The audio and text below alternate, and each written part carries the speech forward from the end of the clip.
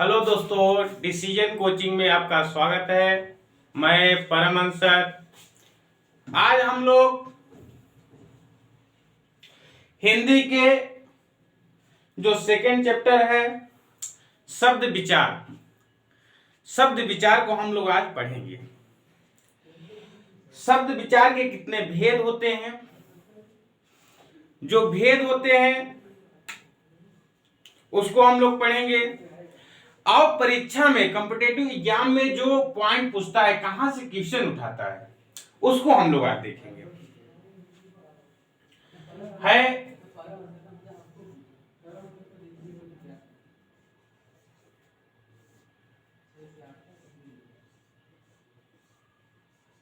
शब्द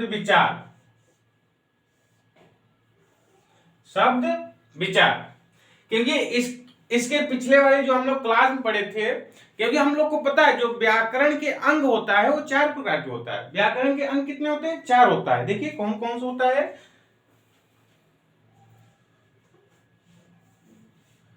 व्याकरण के अंग 4 होते हैं। पहला जो होता है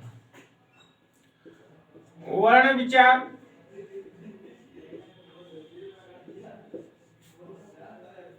सेकेंड शब्द विचार,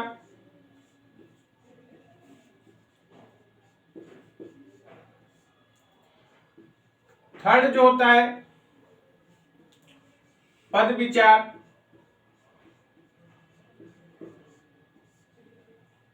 और चौथा जो होता है वाक्य विचार।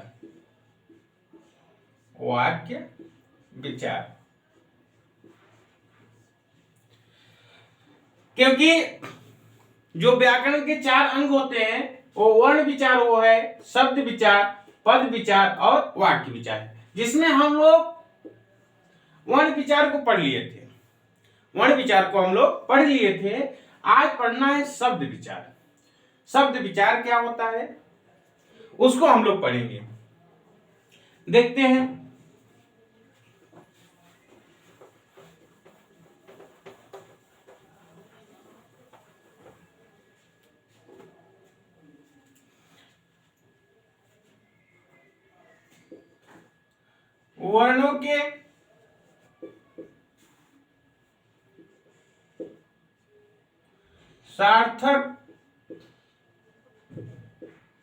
वर्णों के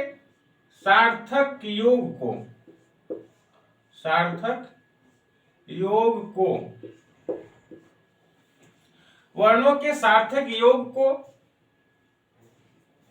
शब्द विचार कहते हैं। शब्द विचार कहते हैं।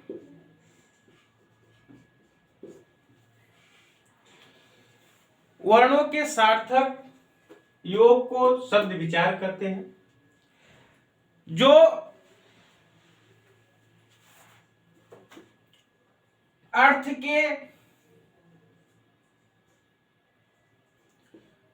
के आधार पर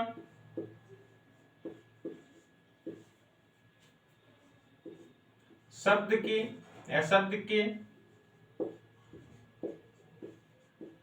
सबसे छोटी इकाई को शब्द कहते हैं।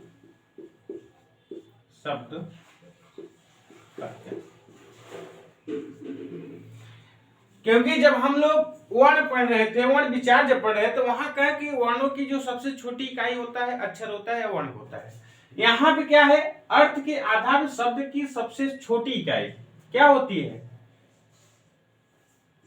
शब्द कहलाता है। या आपको उसके बाद इसमें हम लोग को देखना है, जैसे एग्जाम्पल से हम लोग देखते हैं इसको, तब डिफिनेशन और क्लियर हो जाएगा। जैसे क अ म प्लस अ। तो इसको हम लोग कम कर सकते हैं, कम लिख सकते हैं, क्योंकि क प्लस अ प्लस म प्लस अ, जब इसको करेंगे तो क्या हो जाएगा, एक शब्द बनेगा कम। अब कम का अर्थ होता है थोड़ा, थोड़ा या अल्प। क्या होता है थोड़ा या अल्प?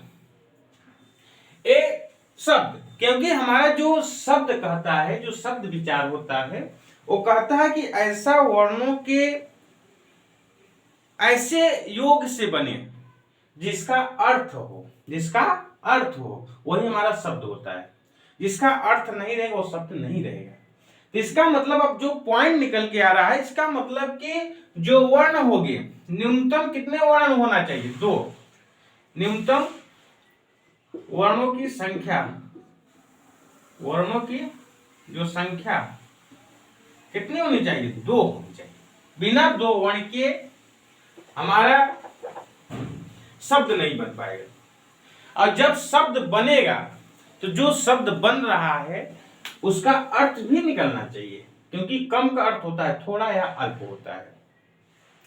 तो यहां जो डिफिनीशन निकलता है, किसका डिफिनीशन, शब्द विचार के या शब्द का जो डिफिनीशन निकलता है, वो डिफिनीशन क्या निकल रहा है देखते हैं हम लोग। डिफिनीशन निकल रहा है 2 या 2 से अधिक,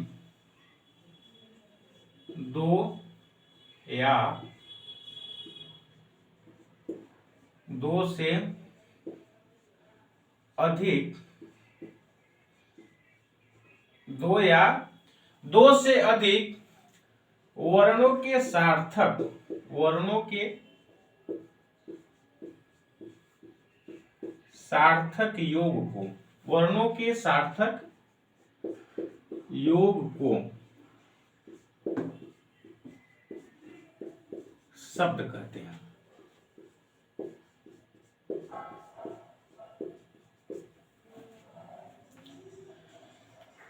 दो या 2 से अधिक वर्णों के सार्थक योग को शब्द कहते हैं। यहाँ पे मेन पॉइंट जो है कि जो वर्ण होंगे, वर्ण 2 या 2 से अधिक होगा। वर्ण कितने होंगे, 2 या 2 से अधिक, न्यूनतम 2 होना चाहिए। अब 2 से अधिक कोई भी हो सकता है, कितना भी हो सकता है, उसे नहीं मतलब है, लेकिन न्यूनतम कितना होना चाहिए, 2 या 2 से अधिक वर्णों के सार्थक योग को शब्द, योग को शब्द कहते हैं। ऐसे पूछ सकता है भाषा की या अर्थ के आधार पर भाषा की सबसे छोटी इकाई क्या होती है। देखिए पॉइंट जो परीक्षा उपयोगी, अर्थ के आधार पर, अर्थ के आधार पर भाषा की सबसे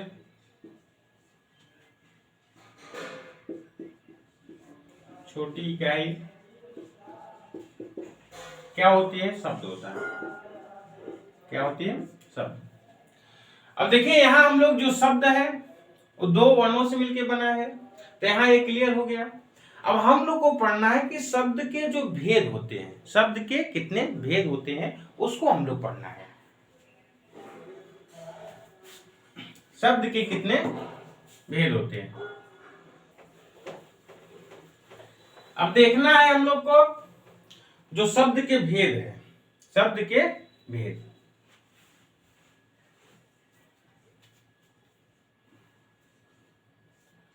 शब्द के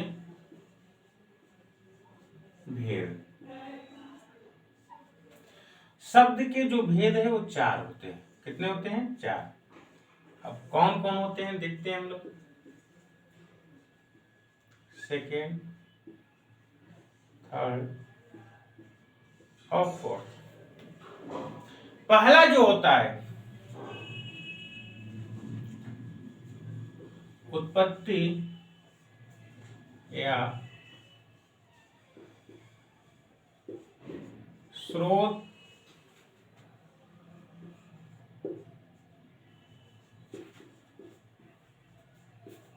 उत्पत्ति या स्रोत के आधार पर, उत्पत्ति या स्रोत के आधार पे। फिर हम लोग देखते हैं उत्पत्ति या स्रोत के आधार पे। फिर हम लोग देखेंगे अर्थ के आधार पर। फिर देखना है प्रयोग के आधार पे।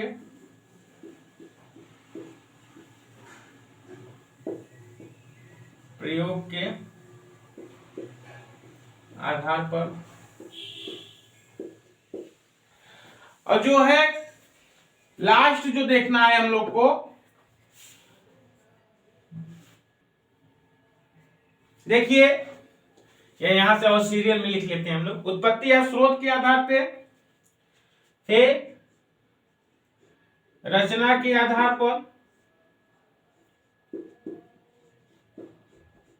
रचना के आधार पर, अर्थ के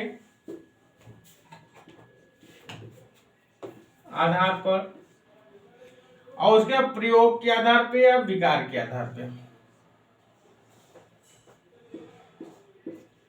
प्रयोग के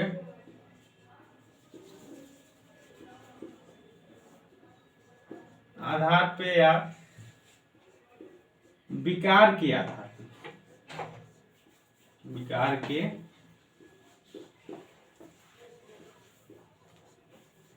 आधार। जो शब्द होता है, जो शब्द के भेद होते हैं वो चार होता है।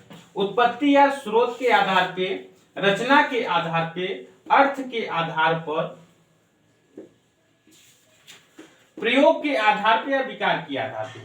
अब हम लोग एक एक पढ़ेंगे कि उत्पत्ति या स्रोत के आधार पे शब्द कितने होते हैं, रचना के आधार पे शब्द कितने होते हैं, अर्थ के आधार पे शब्द कितने होते हैं, और प्रयोग के आधार पे शब्द कितने होते हैं, या विकार के आधार पे शब्द कितने होते हैं।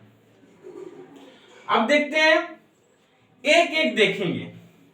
पहला हम लोग देखें उत्पत्ति या स्रोत के आधार पे। उत्पत्ति या जो स्रोत के आधार पे जो होता है उसको पहले हम लोग देखेंगे क्या होता है।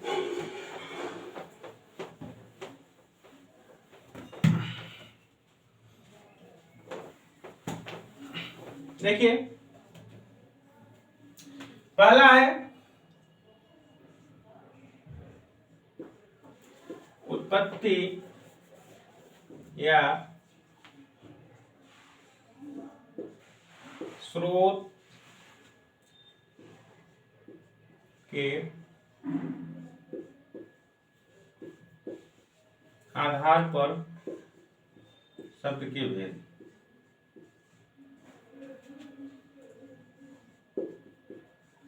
शब्द के जो भेद होता है। अब देखते हैं कितने होते हैं।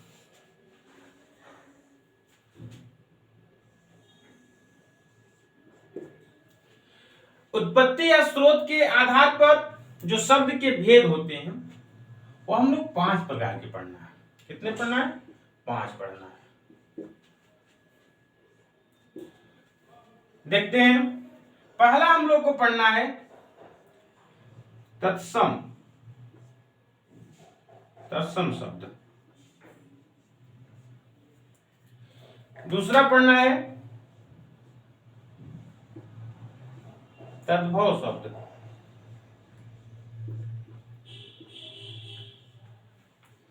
फिर पढ़ना है देशज शब्द। फिर पढ़ना है विदेशी शब्द। विदेशी ऐसी को आगत शब्द।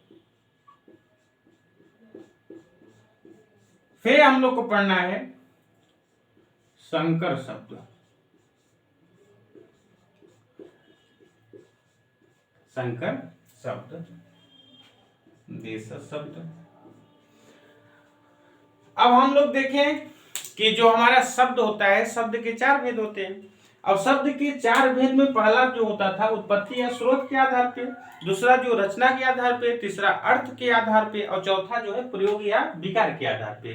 तो उसमें वैसे हम लोग पहला देख रहे हैं। क्या देख रहे हैं? पहला क्या है? उत्पत्ति या स्रोत के आधार पे जो शब्द होते हैं वो कितने टाइप के होते हैं। तो हम लोग देखे हैं कि 5 प्रकार। कितने प्रकार के? 5 प्रकार के। पहला हमारा तत्सम शब्द, दूसरा तद्भव शब्द, और तीसरा देशज शब्द, चौथा विदेशी शब्द या आगत शब्द, और पांचवा जो है संकर शब्द। अब इन पांचों को हम लोग को एक एक को पढ़ना है। पहला हम लोग को तत्सम शब्द पढ़ना है। तत्सम शब्द किसे कहते हैं? तद्भव शब्द पढ़ना है, देशज शब्द पढ़ना है, विदेशी शब्द या आगत शब्द पढ़ना है, और संकर शब्द। यदि हम लोग इन सभी तत्सम को, तद्भव को, देशज को, विदेशी को और संकर शब्द को समझ लेते हैं तो उत्पत्ति या स्रोत के आधार पर जो शब्द होते हैं, उत्पत्ति या स्रोत के जो आधार पे शब्द होते हैं उसके हम लोग टाइप पढ़ लेंगे, वो कंप्लीट हो जाएगा। फिर हम लोग पढ़ेंगे रचना के आधार पे जो होते हैं। अब इसमें हम लोग देखते हैं हमारा जो संकर शब्द, एक तत्सम शब्द क्या होता है, तद्भव शब्द क्या होता है, और देशज शब्द क्या होता है, और विदेशी शब्द क्या होता है, और संकर शब्द क्या होता है। अब इसको हम लोग डिटेल में पढ़ते हैं कि हम लोग को जो तत्सम शब्द है वो क्या होता है, और जो हम लोग को तद्भव शब्द होता है वो क्या होता है, जो आगत या विदेशी शब्द होते हैं वो क्या होता है, और जो देशज शब्द है उसको क्या कहते हैं, जो संकर शब्द है उसको क्या कहते हैं। देखिए उत्पत्ति या जो स्रोत के आधार पे हम लोग शब्द पढ़ रहे हैं वो 5 प्रकार पढ़ रहे हैं। पहला हम लोग को तत्सम शब्द पढ़ना है, दूसरा तद्भव पढ़ना है, तीसरा देशज पढ़ना है, फिर विदेशी और संकर। तो उसमें से जो हम लोग को पहला पढ़ना है, पहला क्या पढ़ना है, तत्सम शब्द किसे कहते हैं। तत्सम, तत्सम देखना है। तत्सम शब्द जो होता है, जो शब्द संस्कृत के, जो शब्द संस्कृत के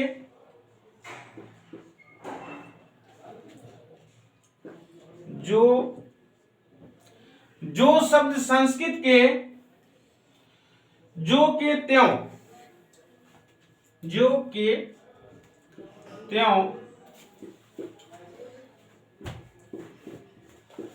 लिए गए हैं, जो शब्द संस्कृत के जो के त्यों लिए गए हैं उन्हें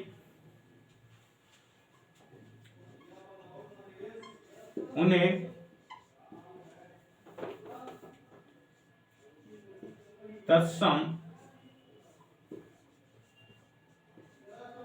शब्द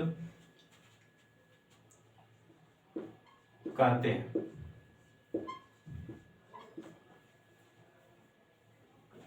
देखिए जो तत्सम शब्द होता है, कह रहा है कि जो शब्द संस्कृत के जो के त्यों लिए गए उन्हें तत्सम शब्द कहते हैं।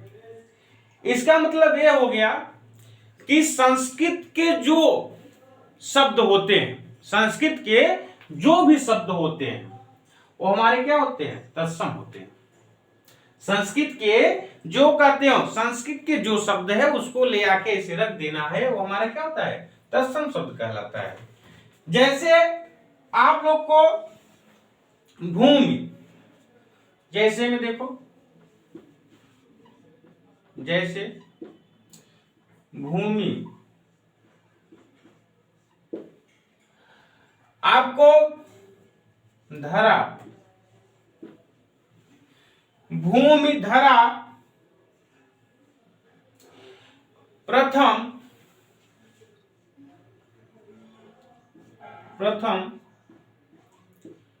राष्ट्र, भूमि धरा प्रथम राष्ट्र, ये सब जो शब्द होते हैं वो संस्कृत के ही शब्द होते हैं, संस्कृत के ही शब्द होते हैं। जैसे हम लोग लोचन लिख लेते हैं, लोचन, चक्षु, नयन, ये सब क्या है? संस्कृत के शब्द हैं। तो जो शब्द संस्कृत के जो के त्यों लिए गए हैं उन्हें तत्सम शब्द कहते हैं। जैसे भूमि, धरा, प्रथम, राष्ट्र, लोचन, चक्षु, नयन, ये सब क्या होते हैं? संस्कृत के शब्द होते हैं। इसमें कोई परिवर्तन नहीं होगा, इसमें कोई परिवर्तन नहीं होगा।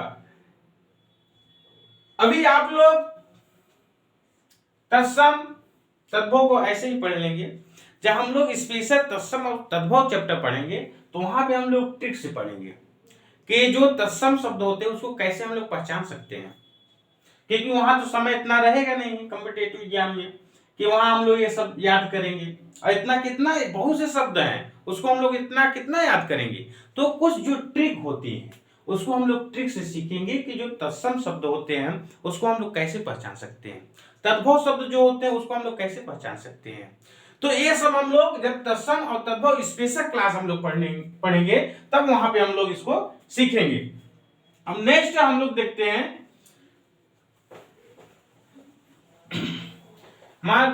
जो नेक्स्ट इसमें है, क्योंकि जो पहला था तत्सम था और दूसरा जो है वो आपको तद्भव है।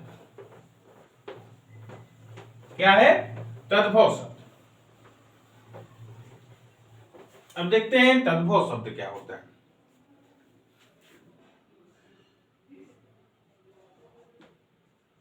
तद्भव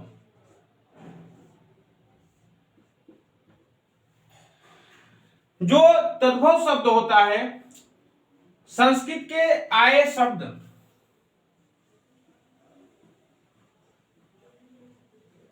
संस्कृत के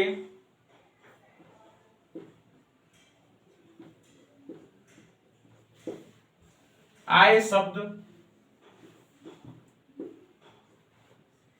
संस्कृत के आए शब्द संस्कृत के आए शब्दों के संस्कृत के आए शब्दों से उत्पन्न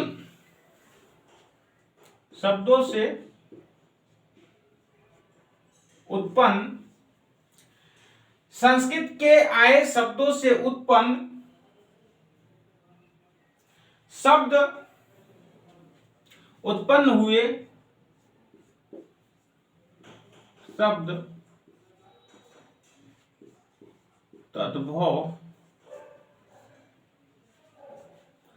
कहलाते हैं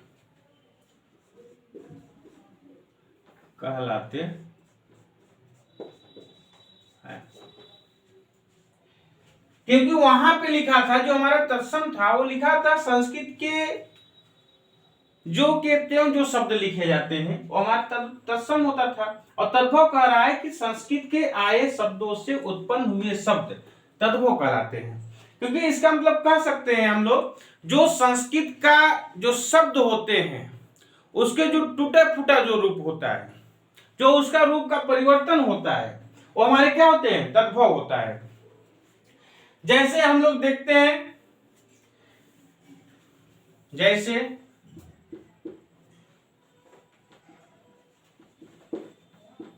आंख है, आंख, काम है, खेत है आदि, ये सब क्या हो जाएंगे? तद्भव शब्द कहलाते हैं। क्योंकि जो तद्भव होता है वो संस्कृत के टूटे फूटे या संस्कृत के आए हुए शब्दों से उत्पन्न हुए शब्द होता है। क्योंकि संस्कृत को आंख में नयन या नेत्र ये सब कहते हैं, तो उसका जो रूप होता है वो क्या होता है? आंख होता है। तो ये क्या होता है? तद्भव होता है। अब हम लोग देखते हैं जो तीसरा है, तीसरा क्या है? विदेशी। तीसरा क्या है? विदेशी या देशज कह सकते हैं। हम लोग देख लेते हैं देशी शब्द तीसरा क्या है? देशी शब्द। देशी, जो देशी शब्द होता है स्थानीय बोलियों या स्थानीय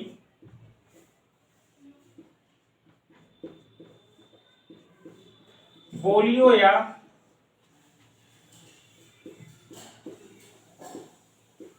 उपभाषाओं, बोलियों या उपभाषाओं से आए, उपभाषाओं से आए क्षेत्रीय शब्द क्या है? अस्थायी बोलियों या उपभाषाओं से आए क्षेत्रीय शब्द देशी या देशज शब्द कहे जाते हैं। देशी या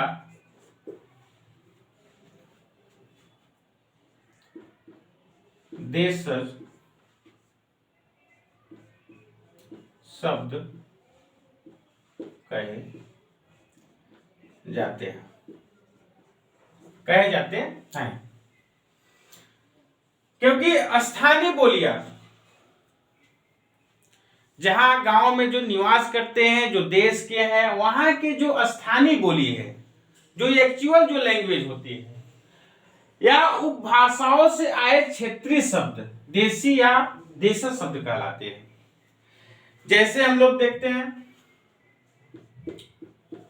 जैसे जो जैसे है ढूंढना,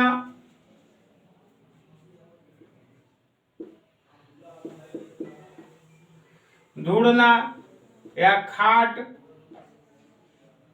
आदि, ये सब क्या है? देशज शब्द है। क्योंकि जो देशी शब्द कहता है कि वहां की जो एक्चुअल जो लैंग्वेज होती है, जो अस्थायी बोलियां उपभाषाओं से आए क्षेत्रीय जो शब्द होता है, वो देशी या देशज शब्द कहलाते हैं। अब हम लोग चौथा देखते हैं। चौथा क्या है? चौथा जो शब्द है वो है विदेशी या आगत शब्द। चौथा कौन सा है?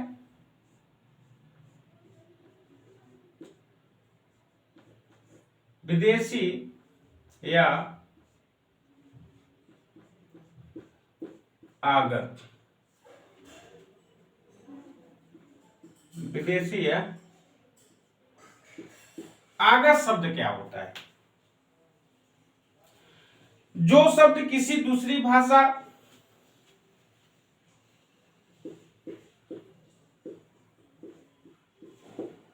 जो शब्द किसी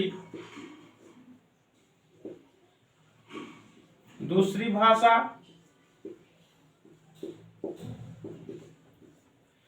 जो शब्द किसी दूसरी भाषा से स्वीकार कर लिए गए हो, जो शब्द किसी दूसरी भाषा से स्वीकार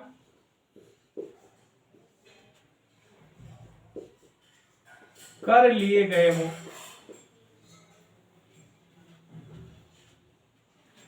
कर लिए गए हो,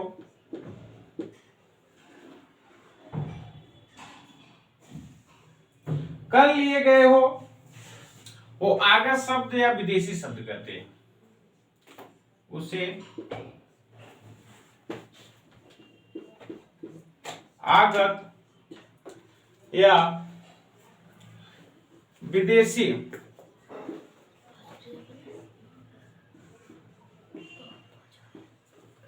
शब्द कहते हैं, शब्द कहते हैं। क्योंकि जो विदेशी या आगत शब्द जो होता है वो क्या करता है? जो शब्द किसी दूसरी भाषा से स्वीकार कर लिया गया हो, कर लिए गए हो, उसे आगत या विदेशी शब्द कहते हैं। जैसे जैसे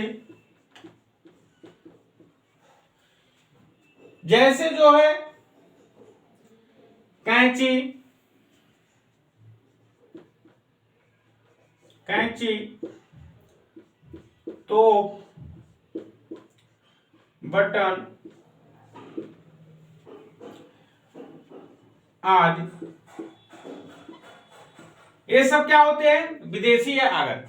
क्योंकि ये सब शब्द हमारे अस्थाई शब्द नहीं थे, स्थानीय जो भाषा थी, जो हमारा एक्चुअल लैंग्वेज रहता था, वो सब नहीं है। क्योंकि कैंची, तोप, बटन और आदि ये सब क्या है? विदेशी है। बाहर से जो सब दूसरी भाषाओं से स्वीकार कर लिया जाता है वो हमारे क्या विदेशी शब्द होते हैं। अब हम लोग को देखना है जो संकर शब्द है, संकर शब्द क्या होता है उसको हम लोग देखना है।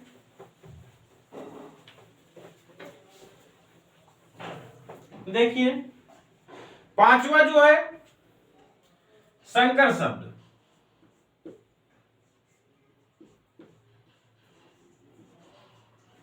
संकर जो शब्द होते हैं, जो संकर शब्द होता है, संकर का मतलब होता है दो भाषाओं से मिश्रण से बने शब्द। दो भाषाओं के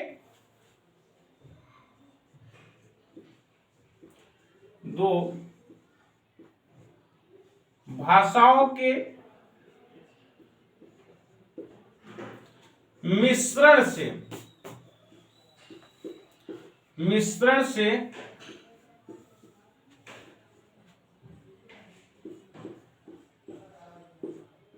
बने शब्द को संकर शब्द कहते हैं।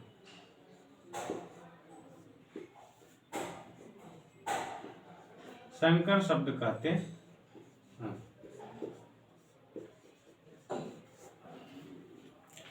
देखिए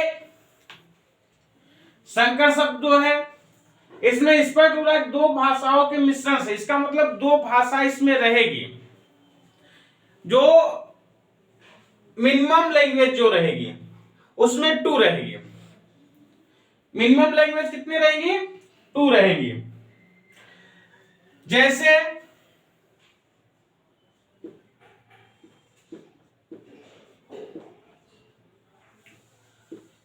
रेल प्लस गाड़ी क्या बन जाएगा? रेलगाड़ी। तो इसमें देखिए एक रेल है और दूसरा गाड़ी है। रेल अंग्रेजी सब भाषा या विदेशी भाषा लग रहा है बाहर से, और ये हमारा हिंदी है गाड़ी। तो इसमें देखिए दो भाषा रहेगा, दो भाषाओं के मेल से जो शब्द बनता है वो संकर शब्द कहलाते हैं। तो इसको हम लोग या एक और देख लेते हैं क्या अपन, जांच प्लस कर्ता क्या हो जाएगा? जांच करता। तो यहां भी देखिए जांच एक अलग शब्द है, भाषा है, और कर्ता हमारा क्या है? एक अलग भाषा है। जो जांच है वो हिंदी का है, हिंदी भाषा का, और जो कर्ता है वो संस्कृत है। तो हिंदी और संस्कृत के योग से जो भाषा मिली, जांच प्लस करता, जांच करता हो गया। तो ये हमारा क्या हो गया? संकर शब्द हो गया। तो हम लोग शब्द विचार के जो चार भेद उत्पत्ति या स्रोत के आधार पे था, उत्पत्ति और स्रोत के आधार पे सभी हम लोग जो उसके पार्ट होते हैं 5 वो हम लोग पढ़ लिए। पहला हम लोग तत्सम पढ़े, तद्भव पढ़े, देशज, विदेशी और संकर शब्द। अब हम लोग शब्द विचार के जो दूसरा है जो भेद होता है उसको हम लोग पढ़ेंगे। दूसरा भेद जो होता है वो रचना के आधार पे है। दूसरा क्या होता है? रचना के आधार पर।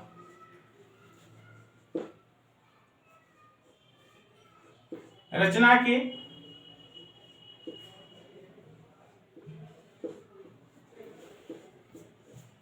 आधार पर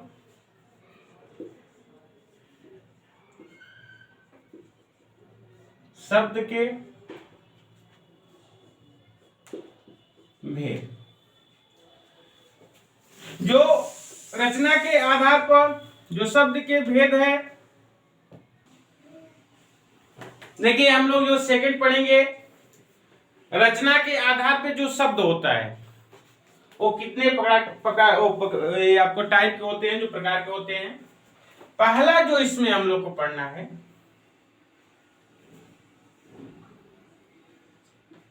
तीन टाइप का होता है। पहला रूढ़ शब्द, रूढ़ शब्द। दूसरा हम लोग पढ़ना है यौगिक शब्द, यौगिक शब्द। और तीसरा जो पढ़ना है योग रूढ़,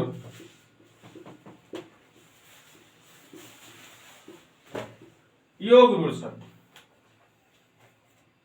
क्योंकि रचना के आधार पे जो शब्द होते हैं वो तीन टाइप के होते हैं। पहला रूढ़ शब्द होता है, दूसरा यौगिक शब्द और तीसरा योग रूढ़ शब्द। जो रूढ़ शब्द होता है, जो हमारा,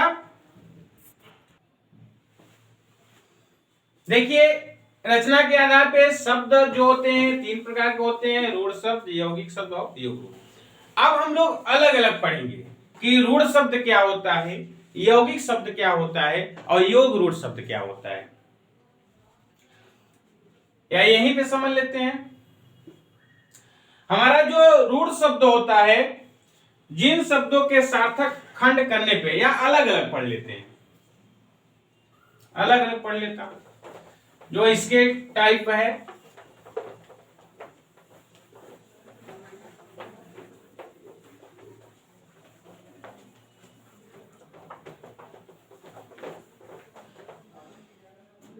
देखिए पहला कौन सा है,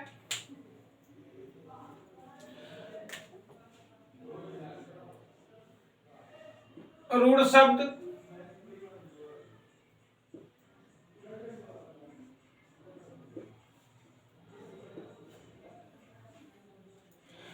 जो रूढ़ शब्द होता है, जिन शब्दों के, जिन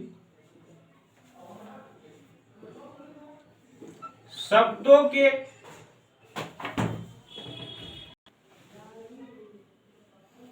देखिए जो शब्द रूढ़ शब्द होता है, जिन शब्दों के सार्थक, जिन शब्दों के सार्थक खंड न हो सके और जो अन्य शब्दों के मेल से न बने हो, उन्हें रूढ़ शब्द कहते हैं।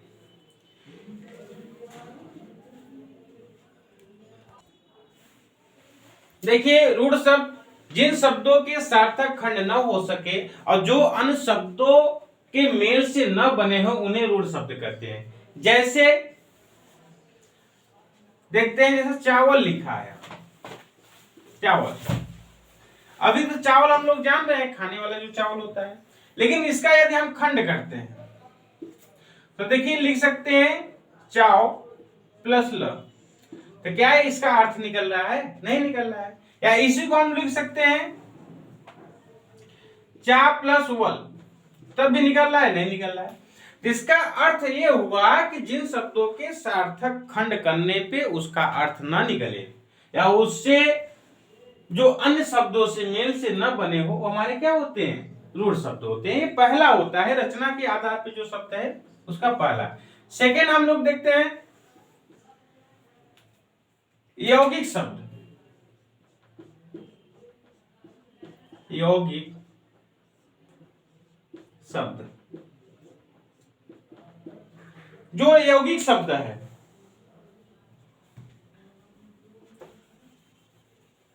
उसको देखते हैं। हमारा जो शब्द जो शब्द दो या दो से जो शब्द दो से अधिक शब्दों से दो या दो से अधिक शब्दों के मेल से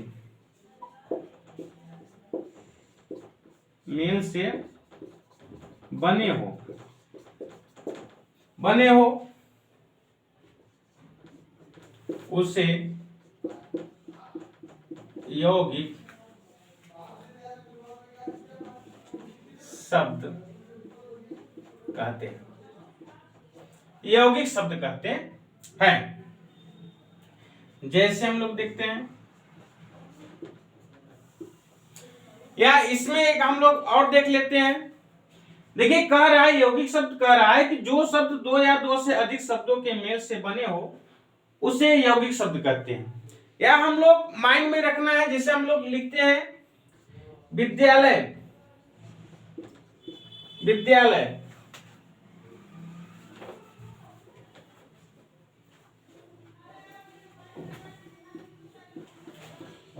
विद्या धन आलय, क्या हो जाएगा? विद्यालय हो जाएगा।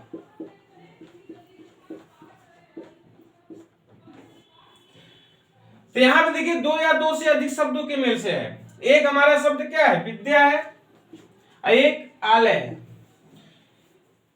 तो यहां पे दो शब्द है और दोनों का अर्थ भी निकलने हैं। विद्या ज्ञान, आलय में जहां पे लोग रहते हैं वो हमारा क्या है? आलय। तो इसका मतलब जहां पे विद्या ग्रहण की जाती है वो हमारा क्या होता है? विद्यालय होता है। तो यहां पे दो शब्द है, या इसको जो ट्रिक से हम लोग सीख सकते हैं, या जिस शब्द का संधि विच्छेद हो जाए, क्या हो जाए? संधि विच्छेद हो जाए वो हमारा क्या होता है? यौगिक शब्द का होता है। इसको माइंड में रख लेना है, ये बहुत इंपॉर्टेंट है। क्या है? बहुत इंपॉर्टेंट है कि जो शब्द होते हैं यदि उसका हम संधि विच्छेद कर लेते हैं वो हमारा क्या होता है? वो यौगिक शब्द कहलाते हैं। और तीसरा हम लोग देखते हैं, जो तीसरा क्या होता है? तीसरा योग रूढ़ शब्द। क्या होता है? योग रूढ़ शब्द क्या होता है देखते हैं। तीसरा योग रूढ़ शब्द। देखिए योग रूढ़ शब्द क्या होता है? वे शब्द जो यौगिक तो होते हैं, वे शब्द जो यौगिक होते हैं, वे शब्द या वे शब्द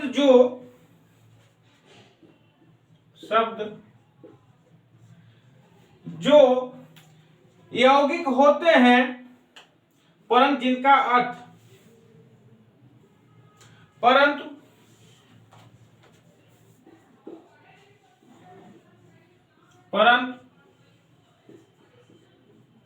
जिनका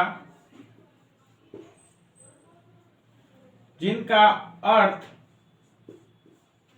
विशेष अर्थ में, जिनका अर्थ विशेष रूप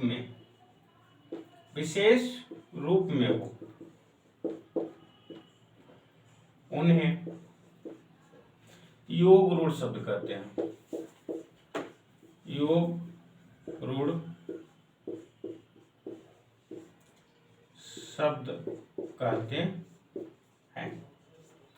देखिए हम लोग क्या जाने,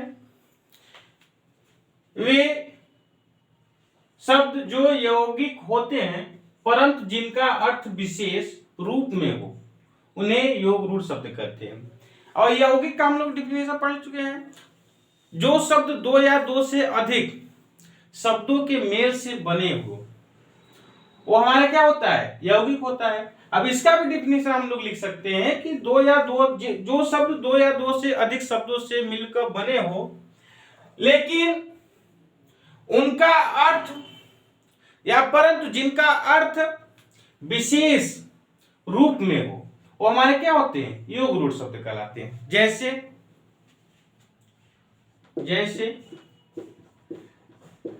आपको दे दिया जाए, जैसे आपको दशानन दे दिया जाए, 10 प्लस आनंद, 10 प्लस आनंद, 10 मीन्स 10 10 और आनंद मीन्स सिर। इसका मतलब जिसके पास 10 सिर हो, 10 सिर हो अर्थात रावण के लिए, क्योंकि रावण के कितने सिर था, 10 था। तो यहां कह रहा है कि जो शब्द होते हैं वो यौगिक तो होते ही हैं, यौगिक शब्द होते ही हैं लेकिन विशेष अर्थ में किया जाता है तो वहां पे क्या होता है, योग रूढ़ शब्द होते हैं। समझ में आया, क्लियर हुआ कि नहीं? कि आपको सिर्फ माइंड में ये रखना है या पॉइंट में आपको जो ट्रिक मैं लिखवा दे रहा हूं, जो ट्रिक होगा कि बहुब्रीहि समास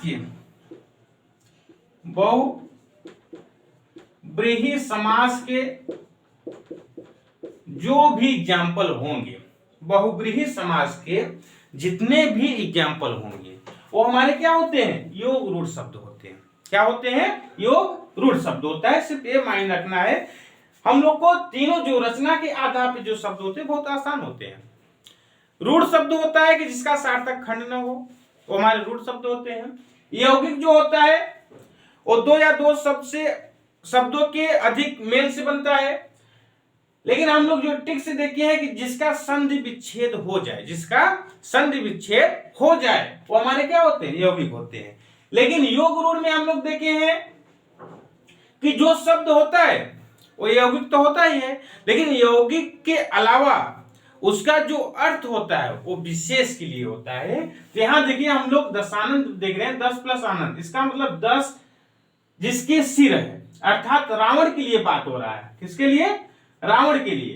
तो रावण विशेष हो गया, तो वहां पे जब होगा तो हमारा क्या हो जाएगा, योग रूढ़। इसका मतलब हम लोग को माइंड में रखना है बहुब्रीहि समास के जितने भी एग्जाम्पल होते हैं, जितने भी उदाहरण होते हैं वो हमारे क्या होता है, बहुब्रीहि के अंतर्गत आते हैं। जब बहुब्रीहि के अंतर्गत आएंगे तो योग रूढ़ शब्द कहलाते हैं। उसको आपको बस यही याद रखना है। अब हम लोग देखते हैं तीसरा जो देखते हैं कि अर्थ के आधार पे शब्द के कितने भेद होते हैं, इसको देखते हैं।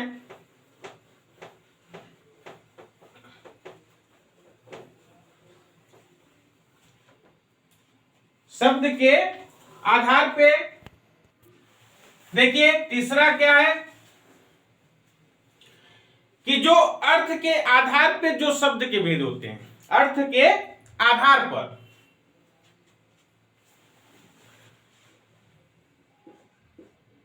अर्थ के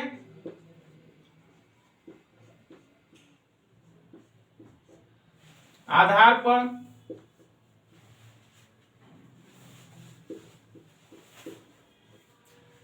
शब्द के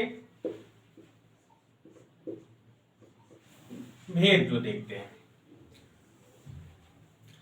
अर्थ के आधार पे जो शब्द के भेद होते हैं वो दो होते हैं। कितने होते हैं? दो।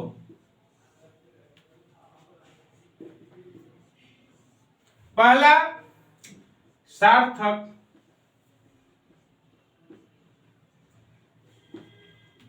और दूसरा निरर्थक। पहला क्या होता है? सार्थक होता है, और दूसरा क्या होता है? निरर्थक। अब सार्थक के अंतर्गत हम लोग को देखो क्या क्या पढ़ना होता है। इसमें पढ़ना होता है पर्यायवाची, दूसरा पढ़ना होता है विलोम, तीसरा पढ़ना होता है एकार्थी, और चौथा पढ़ना होता है अनेकार्थी। क्योंकि ये सार्थक शब्द के अंतर्गत हम लोग पढ़ते हैं। पर्यायवाची, विलोम, एकार्थी और अनेकार्थी। और निरर्थक शब्द कोई मतलब नहीं है, जिसका कोई अर्थ ही नहीं हो, वो निरर्थक होता है, तो इसको कोई पढ़ने की आवश्यकता है नहीं। अब देखिए, बस इसको हम लोग थोड़ा थोड़ा जानेंगे। देखिए, पर्यायवाची हम लोग को पता है जो सिनोनिम्स होता है वो पर्यायवाची होता है। विलोम एक दूसरे के अपोजिट होते हैं। एकार्थी जिसका किसी शब्द का एक अर्थ हो, और अनेकार्थी किसी भी शब्द के एक से अधिक अर्थ हो, हमारे क्या होते हैं? अनेकार्थी होते हैं। अब नेक्स्ट हम लोग को जो देखेंगे, जो चौथा और लास्ट जो है, चौथा और जो लास्ट है,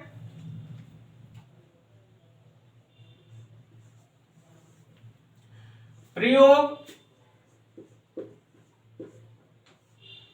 या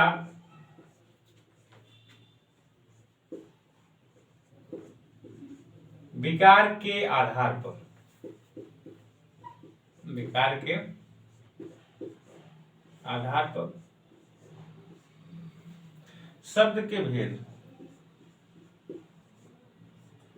शब्द के जो भेद है, क्या हम लोग देख रहे हैं कि जो प्रयोग या विकार के आधार पे जो शब्द के भेद हैं उसको हम लोग देखेंगे। तो हम लोग इसमें दो टाइप के पढ़ेंगे। पहला विकारी,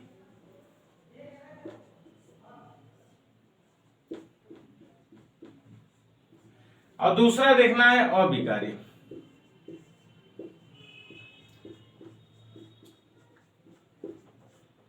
अविकारी। अब देखिए, जो विकारी होता है इसके अंतर्गत जो हम लोग पढ़ेंगे संज्ञा पढ़ेंगे, सर्वनाम पढ़ेंगे, विशेषण पढ़ेंगे, और चौथा हम लोग जो पढ़ेंगे क्रिया पढ़ेंगे। क्या क्या पढ़ेंगे? विकारी के अंतर्गत संज्ञा, सर्वनाम, विशेषण और क्रिया पढ़ेंगे।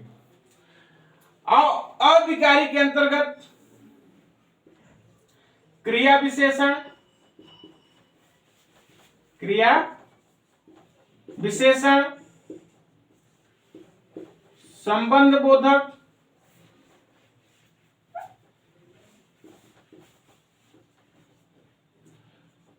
तीसरा हम लोग पढ़ेंगे विस्मयादि बोधक,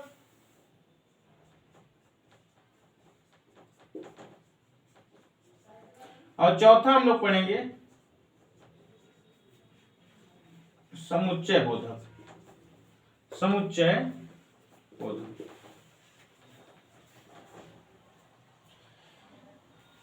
देखिए, जो प्रयोग या विकार के आधार पर जो शब्द के भेद होते हैं वो दो टाइप के। पहला विकारी शब्द, दूसरा अविकारी। जो विकारी शब्द होता है, 60 पे देखिए, जो प्रयोग या विकार के आधार पर शब्द होते हैं दो पढ़ना है। पहला विकारी शब्द। अब विकारी शब्द के अंतर्गत जो हम लोग को पढ़ना है, क्या पढ़ना है? संज्ञा, सर्वनाम, विशेषण और क्रिया। और उसके बाद जो है अविकारी जो होते हैं, क्रिया विशेषण, संबंध बोधक, विस्मयादि बोधक और समुच्चय बोधक पढ़ना है। अब देखते हैं कि जो हमारा विकारी शब्द होता है, विकारी शब्द किसे कहते हैं, और जो हमारा अविकारी होता है, अविकारी शब्द किसे कहते हैं। फिर हम लोग एक एक पढ़ेंगे, संज्ञा, सर्वनाम, विशेषण और क्रिया। फिर उसके बाद क्रिया विशेषण, संबंध बोधक, विस्मयादि बोधक और समुच्चय बोधक क्या होता है। बस इसको जान लेना है। जिन शब्दों में विकार उत्पन्न हो, जिन शब्दों में विकार उत्पन्न हो, जैसे हम लोग देख लेते हैं एक एक।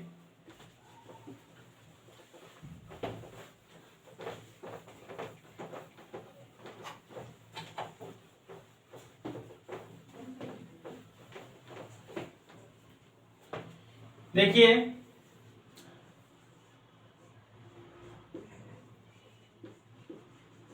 विकारी शब्द क्या है? विकारी शब्द वे शब्द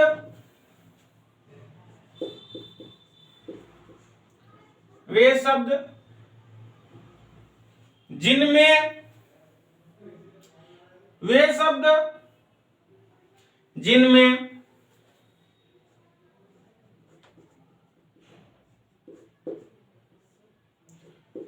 लिंग, वचन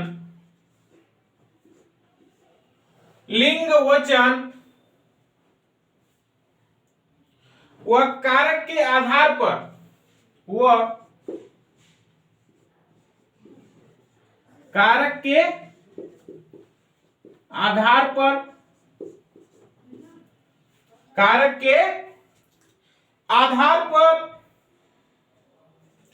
मूल शब्द का रूपांतर हो जाता है।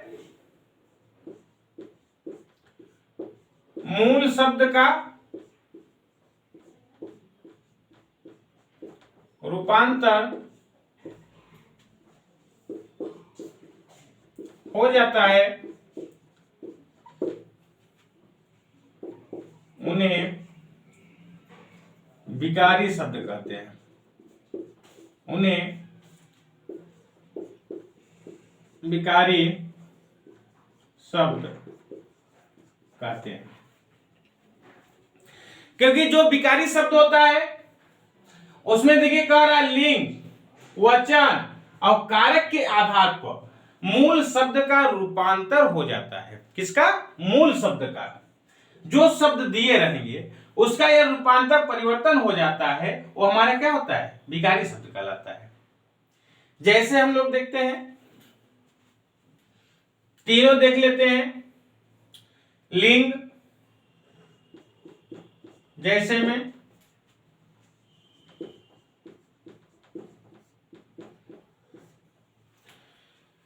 हम लोग देख लेते हैं, वह स्कूल जाता है, वह स्कूल जाता है। अब यहां पे जो वह है, जो हमारा सर्वनाम है, ये पुरुष जात का बोध करा रहा है। किसका जात करा रहा है? पुरुष जात का, या पुरुष का बोध करा रहा है, पुरुष जात का। वह स्कूल जाता है। सेकेंड एग्जांपल, वह स्कूल जाती है, वह स्कूल जाती है। तो यहां पे वह स्त्री जात का बोध करा रहा है। किसका करा रहा है? स्त्री जात का बोध हो रहा है। तो देखिए, लिंग से पता हमको चल रहा है कि डिफिनेशन से कह रहा है कि वे शब्द जिनमें लिंग, वचन और कारक के आधार पर मूल शब्द का रूपांतर हो जाता है, वो विकारी शब्द कहलाता है।